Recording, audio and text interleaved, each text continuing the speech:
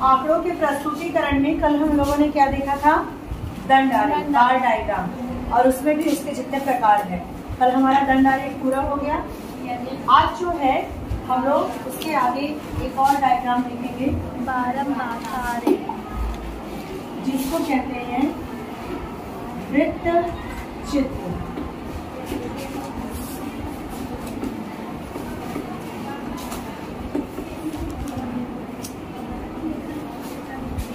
पाई diagram, वृत्त चित्र, यानी आंकड़े आपके दिए हुए हैं, उनको हम एक सर्कल वृत्त में कन्वर्ट करेंगे।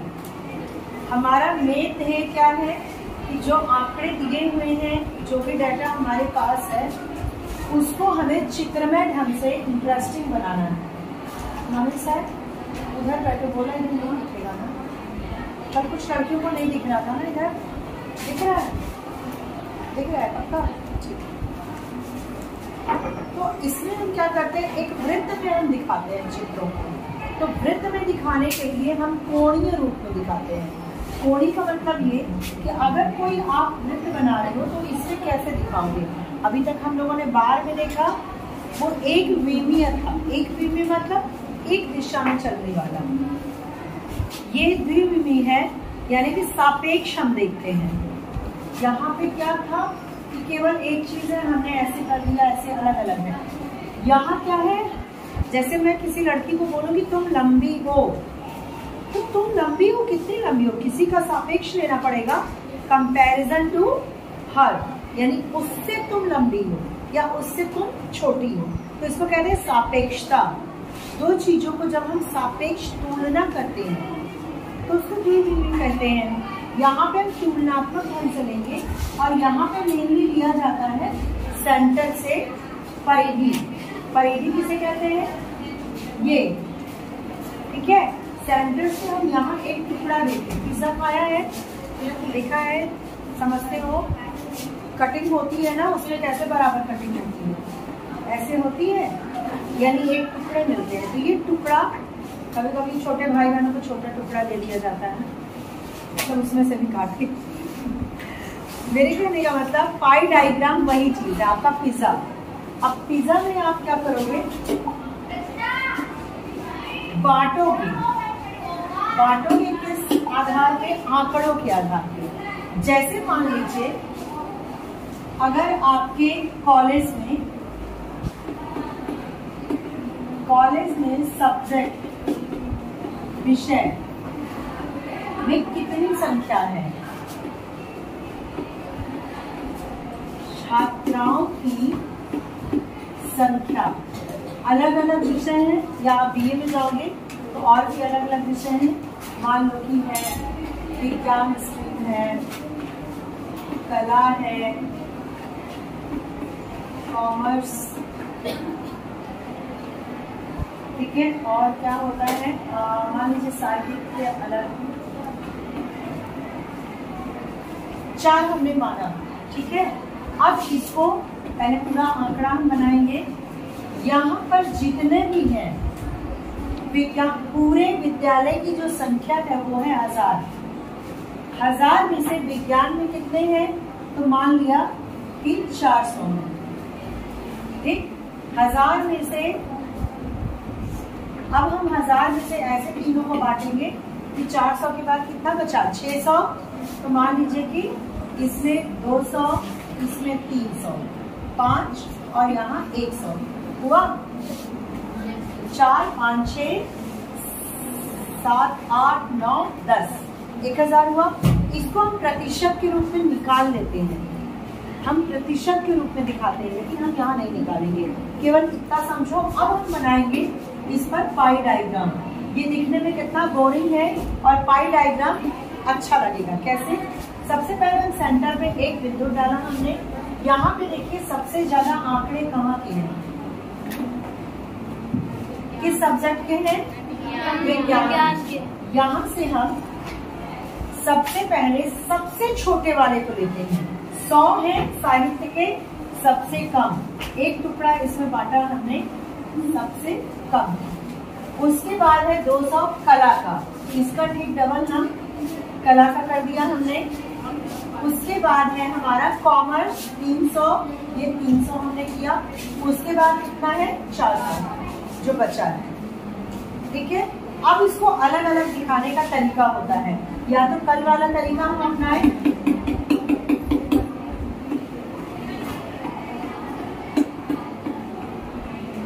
आपके पास अगर एक पेंसिल है इस तरीके से,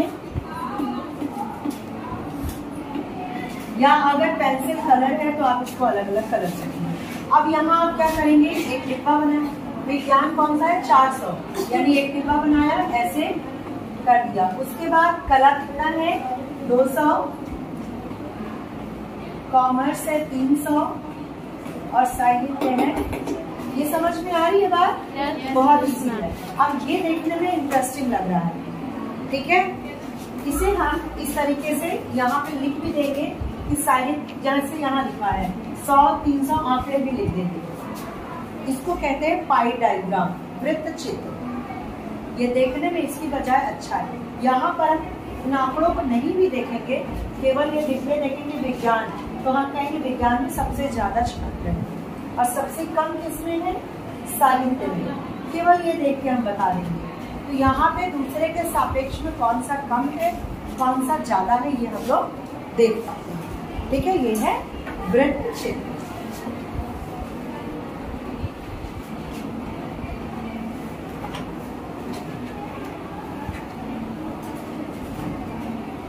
इसी तरह कुछ और भी चीजें हम लोग देख सकते हैं वृत्त चित्र में।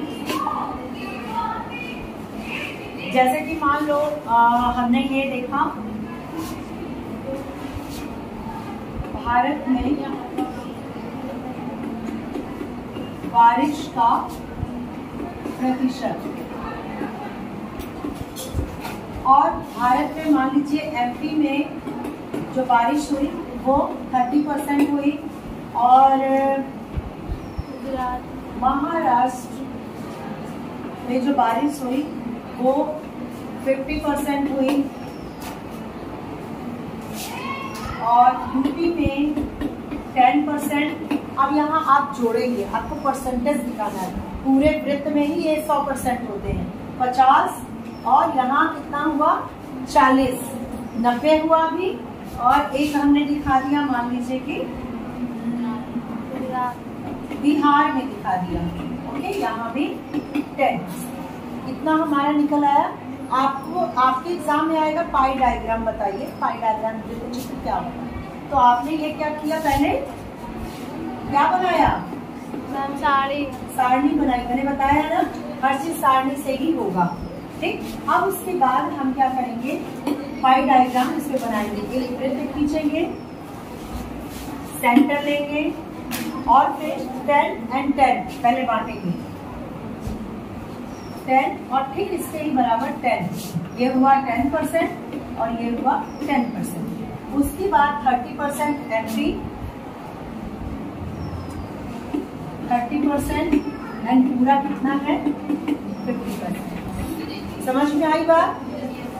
तो ये आपका वृत्त चित्र हुआ। अब इसको चाहे आप डायग्राम से सजाएं या पूरा कलर अलग अलग करें, ये आपकी मर्जी होगी। क्लियर? पाई डायग्राम एक वृत्त चित्र को कहते हैं। ये दो आंकड़ों के दो गुणों को सापेक्ष करके प्रदर्शित होता है। ये द्विविमीय आरेख है।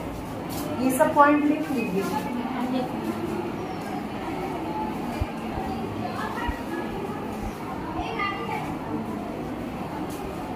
हो गया। अब हम आते हैं बारंबारता आरेख। बारंबारता आरेख क्या होता है? देखो, हमने आपको सतत और विविक्त बताया है। Yes ma'am. तुम्हें डाउट है सतत विविक्त में? यस। ये पूछ रही थी ना। सतत विविक्त एक बार और हम रिवाइज कर देते हैं। जैसे कि विविक्त चर वो होते हैं जो अलग अलग होते हैं। जैसे कि आपकी आयु को लिया जाए तो आप नहीं, आयु नहीं, अगर आपकी संख्या को लिया जाए, आपकी क्लास में कितनी संख्या है, तो आप 1 और 2 कहोगे। 1.1, 1.2 ऐसा तो नहीं कहोगे ना। जब आप संख्या माप रहे हो गिन रहे हो तो आपने 1 कहा और 1 के बाद उछाल दिया किस पे? 2 पर। परिमित उछाल इसे कहते हैं। यानी कि जो हम विविक्त में क्या होता है? परिमित उछाल होता है। परिमित उछाल का मतलब होता है 1 के बाद 2, 2 के बाद 3। भिन्न में या दशमलव में कोई भी आंकड़े नहीं होते हैं विविक्त में। और शतक में क्या होता है? शतक में आंकड़े भिन्न में हो सकते हैं। जैसे आपका कद, आपकी आयु। आज आप अगर हैं 17 साल के तो 17 साल माइक्रो सेकेंड भी अगर गिने तो एक एक पल बढ़ रहे हैं। 17 साल 1 दिन, 17 साल 1 हफ्ते, 17 साल 1 महीने, 17 साल 2 महीने करते हुए, यानी दशमलव में आपका मान हो सकता है। लेकिन विविक्त में क्या होता है? दशमलव में मान नहीं। ओके, ये हम एक्स्ट्रा बता रहे हैं इसके बीच में, जिसको डाउट था। अब हम आते हैं बारंबारता आरेख में। जो बारंबारता आरेख होता है वो जैसे हम लोगों ने पढ़ा था समावेशी और अपवर्ती, 2 पढ़ा था। समावेशी कैसा होता था? 0 से लेकर 10 तो 11 से लेके 20, याद है ना? और अपवर्ती क्या? 0 से लेके 10 से लेके 20, 20 से लेके 30। ओके, तो यहाँ पर जो बारंबारता आरेख होता है वो मेनली बनता है अपवर्ती के लिए। ठीक, ये आंकड़े आपके आ गए। इसको और बढ़ा लो 30 से लेके 40। ठीक है, यहाँ पर कुछ भी हम लिख सकते हैं। मान लो कि ये मार्क्स हैं 1 से लेके 10 कितने बच्चों ने पाया, तो यहाँ हमने लिखा 8 बच्चों ने, 7 बच्चों ने, 2 बच्चों ने एंड 1 बच्चे ने। ठीक, अब हम यहाँ क्या करेंगे? इनको बांट लेंगे। क्या बांटेंगे? ये जो वर्ग है 0 से 10, 10 से 20, 20 से 30 और 30 से 40। समझ में आ रही है बात? इधर क्या हमने रखा? वर्ग रखा। और इधर क्या रखे? अंक, मार्क जो मिले हैं। इनको हम 1, 2, 3, 4, 5, 6, 7, 8, 9 ऐसे बांट दिया हमने। क्योंकि ये छोटे हैं आंकड़े, ध्यान देना, इसलिए हम 1, 2, 3, 4 कर रहे हैं। ठीक है, बात समझ में आ रही है? तुम्हारा आश्वास है? अच्छा, ये बात समझ में आ गई। अब हम इसे बनाएंगे कैसे? जो बारंबारता आरेख होता है 0 से लेके 10, कितने बच्चे हैं? 8 बच्चे। हमने यहाँ ऐसे खींचा, ये दंड की तरह ही है, लेकिन क्या अंतर है? 10 से लेके 20 में कितने हैं? ये चिपके हुए होंगे एक दूसरे से, इन दोनों के बीच में गैप नहीं होगा। ठीक है, जैसे दंड बनाते थे हम लोग। ये बारंबारता है, ये सतत श्रेणी के लिए। अब 20 से 30 में कितने हैं? 2। 30 से 40 में कितने हैं? only 1। ये बात समझ में आई? ये आपका बारंबारता। अगर आगे भी हम चले, मान लो 40 से 50 में है 6, 40 से 50 6 कर लेते हैं, तो यहाँ पे कितना आएगा हमारा? 6। ठीक है, ये है बारंबारता आरेख जो सतत श्रेणी के लिए होता है। इसमें कोई गैप नहीं होता, बीच में कोई गैप नहीं होता। दूसरे का जो मैक्सिमम पॉइंट है वो पहले का मिनिमम पॉइंट है। ध्यान दीजिए, इसका 0 और 10 में से मैक्सिमम कौन है? अधिकतम 10, और यहाँ पे 10 और 20 में से 20 है, तो इसका ये न्यूनतम बनता जा रहा है, ये चिपके हुए। ठीक है, ये क्या है? बारंबारता आरेख। इसको बना लिया। कोई डाउट है इसमें? Yes, no? हम इसे अलग अलग बॉक्स बनाएंगे तो गलत हो जाएगा। दंड है वो, दंड बार डायग्राम हो जाएगा।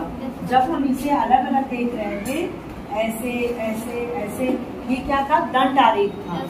और ये क्या है, बारंबारता। ये कंटिन्यूसी इसमें बनी हुई है, कंटिन्यू इसकी कंटिन्यूटी बनी हुई है। अब हम लोग देखेंगे एक और नाम है, इसी में ये बना लेंगे।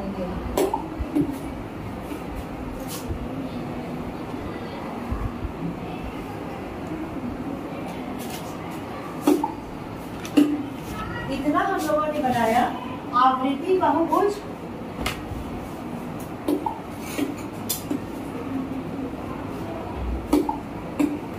बारंबारता बहुभुज, या फिर इसको कहते हैं आवृत्ति बहुभुज। ये अगला है।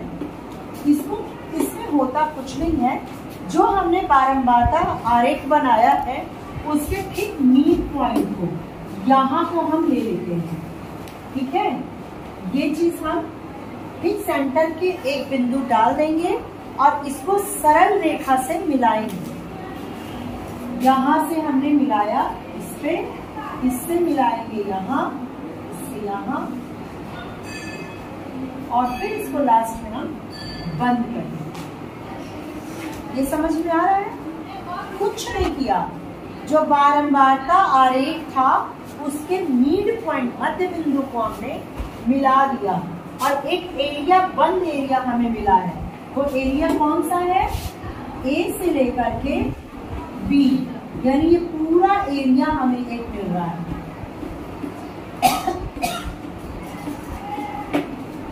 रेड वाला देखो क्या है, मीड पॉइंट को मिलाने वाली सरल रेखा है।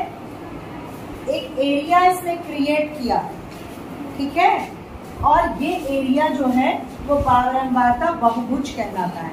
यहाँ कई भुजाएं हैं, भुज का मतलब भुजाएं, ये जो लाइन है इसको भुजाएं कहा जा रहा है। ठीक है, इनके मध्य बिंदु को, यानी बारंबारता आरेख में इनके मध्य बिंदु को मिलाने वाली रेखा जो है वो बारंबारता बहुभुज कहलाती है। क्लियर? अब है बारंबारता वक्र, इसको हटाए देते हैं। अगला है बारंबारता वक्र। इन सबको फिर से मिला के मैं बताऊंगी, आप लोग घबराना नहीं। देखो यहाँ से फिर से रिवाइज हो रहा है। यहाँ हमने लिया था क्या, इस तरीके से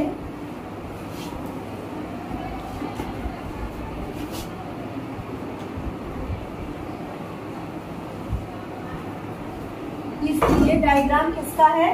बारंबारता आरेख का, जो पहले बनाया था ये बारंबारता आरेख। उसके बाद दूसरा जो था बारंबारता बहुभुज। बहुभुज क्यों कहते थे? क्योंकि इसके मीड पॉइंट को लेकर के हम कई सारे हाथ निकाल दिए हमने, और ये हाथ बंद होते हैं, यहाँ से बंद। उसके बाद सीधी रेखा ये खींची, सीधी रेखा ये खींची, ये यहाँ गया, यहाँ, और यहाँ से नीचे बंद। ये क्या था हमारा? बारंबारता बहुभुज। यहाँ तक आ गया समझ में? अब हम लोग लिखेंगे बारंबारता वक्र। बारंबारता वक्र। वक्र क्या होता है? जैसे इस चीज को हम लोगों ने एक एक लाइन बहुभुज की तरह किया, बारंबारता वक्र जो है वो फ्री हैंड से किया जाता है।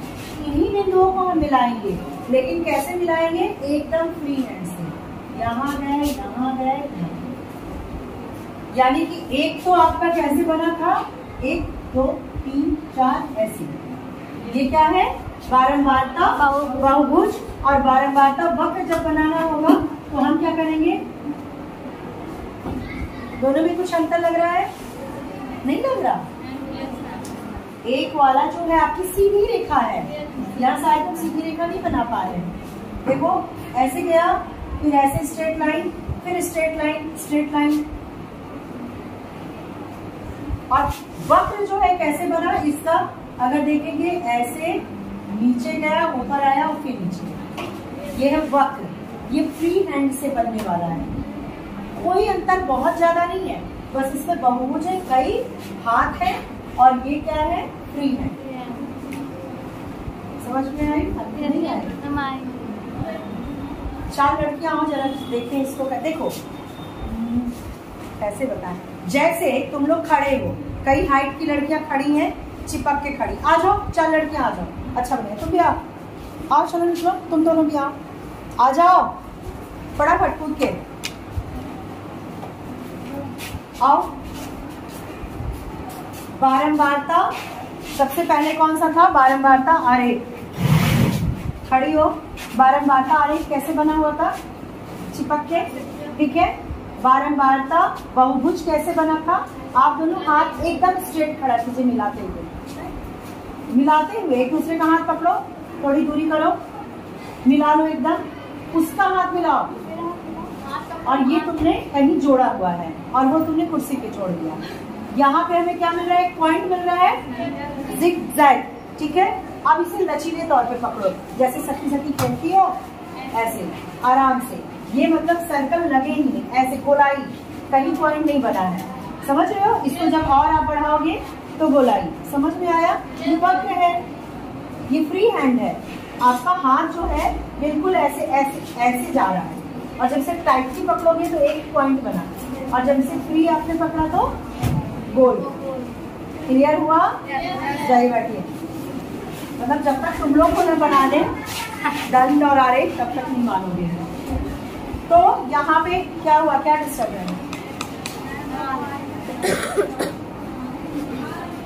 यहाँ पे समझ में आया आपको? बारंबारता वक्र, इसको फिर से रिवाइज करें। एक मिनट देखो क्या डिस्टर्ब है, क्या हुआ?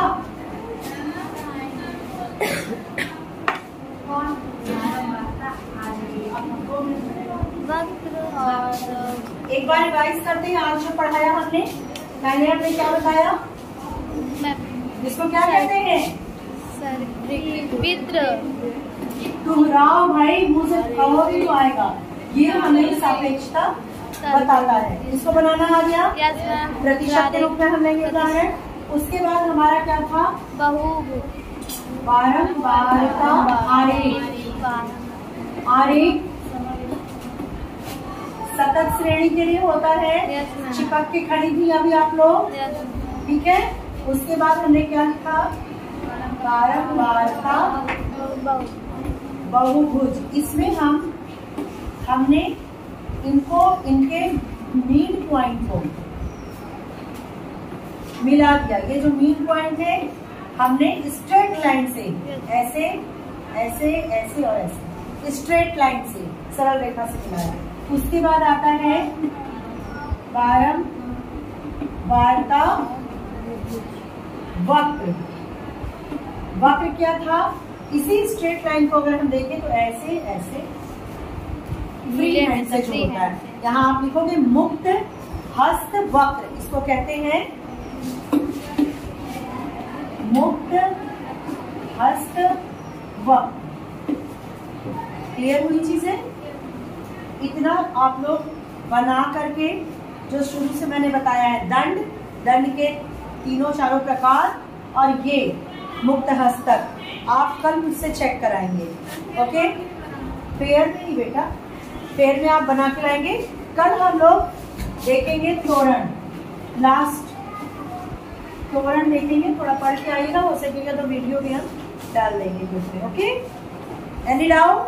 ओके।